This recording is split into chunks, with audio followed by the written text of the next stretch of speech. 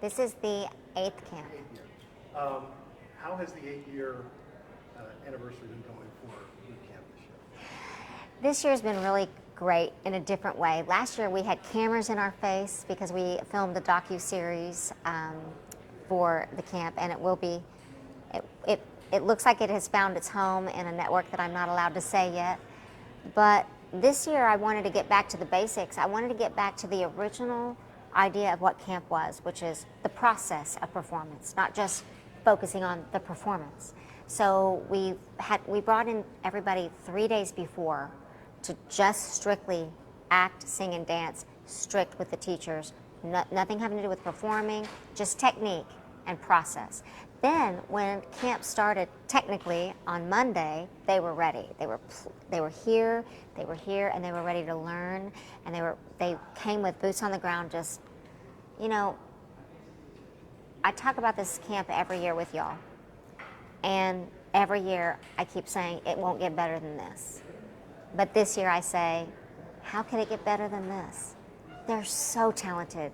They're so talented. We have, let's see, 62 kids in camp this year. We turned away quite a few. It's getting more and more competitive. We have 22 states represented and 5 countries. So we're global. And when I look back at the mission statement and what I wanted to do from the very beginning, and I guess I hoped I would be standing here being able to talk about it like this, but I'm thrilled to be able to tell you that the kids are getting, they're way more talented than I am. And you're able to maybe do more hands-on this year because it's longer, it's extended this year.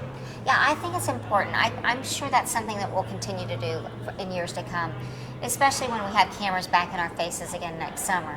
I want them to get to relax. They need a second to, you know, get to know their surroundings, get to know each other.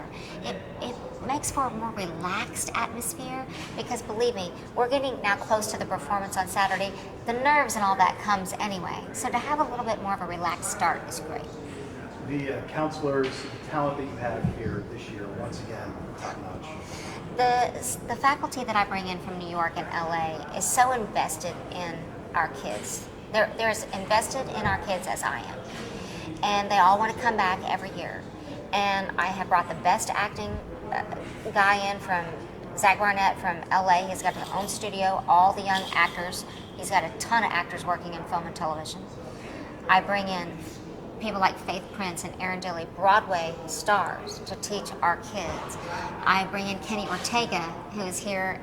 He's going to be accepting a special award on Saturday night and choreographed our finale. And I bring in Lara Tater. And you know, this is a guy that was my teacher at OCU and had his own Broadway career. And now he's at Webster University, being an incredible professor. But then I have him co-direct with my Mary Mitchell Campbell, who's my music director. She is the music supervisor to Some Like It Hot, Mean Girls, The Prom, Moulin Rouge, anything Stephen Sondheim has done. So when it comes to New York, I call her the Beast. She's it. And I'm lucky to have her. What does it mean to be able to do this in Broken Arrow every year? You know, this Performing Arts Center is beautifully built. And every year I walk around and I say, wow, they're doing this show and they're doing that act and they're doing this cool electronical, you know, game contest that I'm just now learning about.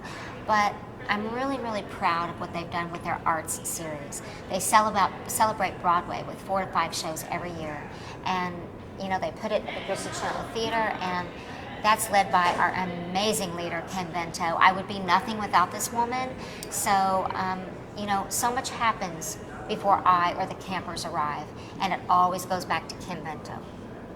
Can you talk about, you know, how you're getting kids from across the country, across the globe? Really? Yeah.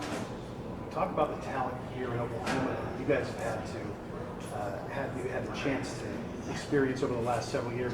There's so much talent in Oklahoma. There's so much. I always say to Reba McEntire, there's something in our water, right? She's like, there is, right? There's something in our water. I know of about 5 kids from Broken Arrow right now that if they chose to do this, they could do it. They could go and and most likely make a living. It might not be in the timing that I see or they see, but they could choose to do this for a living and make a living. And 2 of them are from Broken Arrow, not just Oklahoma, Broken Arrow. And that was my original dream. As many of people know, when I started this, I kept it statewide. It wasn't until COVID, when we had to do it virtually, that I opened it up to everyone. And the next thing I know, Singapore and Germany and Ireland and Australia are there, and Britain. And now it's become this global baby phenomenon that's growing and growing and growing. It's the be careful what you wish for scenario. And I'm ready for it. I'm here for it. I'm not going away. This isn't just my name. Can you address the SAG-AFTRA strike? And if so, what are your thoughts on it right now, where it is? Really just kind of getting into it. Thank you for asking me about the SAG-AFTRA strike. I would like to speak on behalf of my union, SAG and AFTRA, and I would like to speak on behalf of actors. I have worked in this industry, the film and television industry, for almost 30 years. And I'm very disappointed by the entity that is running the show, that they think that actors could be made into robots, that they think they could pay us once and use our likeness and our creativity, and that acting could just be a thing of the past, that background acting could be a thing of the past. So I stand before you today as a proud member of SAG-AFTRA and say I will die trying. I will not support our producers union. I will not support them in what they're saying. We should be listened to, we need to be heard, and the creativity is going to go right out the door if they start having us, be robots. It's some Terminator stuff, and we're not ready for it, because you know what? We always go back to the human quality and the artistic quality. That's why I'm here. That's why I have this theater. And I will stand strong, and if it means I never work in film and television again, then so be it. Sorry, didn't mean to go on a rant. That's how you really feel. Yeah, right? It's very scary. You Very obviously have scary. a lot of kids, there's different backgrounds, different places, and they all get to meet each other, and they all, maybe compared to 30 years ago, they grew up in a lot more complex Yes. life. Do they have a chance to talk to each other about what they're going through as kids, and is there any kind of lessons that you share with them about Oh, yeah. what they're doing? I want to talk about something we do every night at the end of the day. It's called gratitude. It is given them a chance to speak about their experience, about their day, and not just the pretty stuff, the hard stuff. It's very important for me to let them have their voice. They have, I thought it was so difficult when I was growing up, right? They have it a lot harder. They are dealing with social media that is a true, wonderful, and also threatening thing to our society. It's both. And I am loving when our kids use it for the better of the arts. I am not liking to see what can happen online, and our kids need to be able to share with each other. And I encourage only positivity is allowed here at this camp. We have a lot of faculty on the ready to discuss. Some of them have come to us with different issues and said, I'm having a hard time, or this isn't easy, or this isn't what I thought it was going to be, or this is better than I thought it was going to be, and why am I sad? We are there for them. That's why we're here. We are at their disposal, not just artistically, but as human.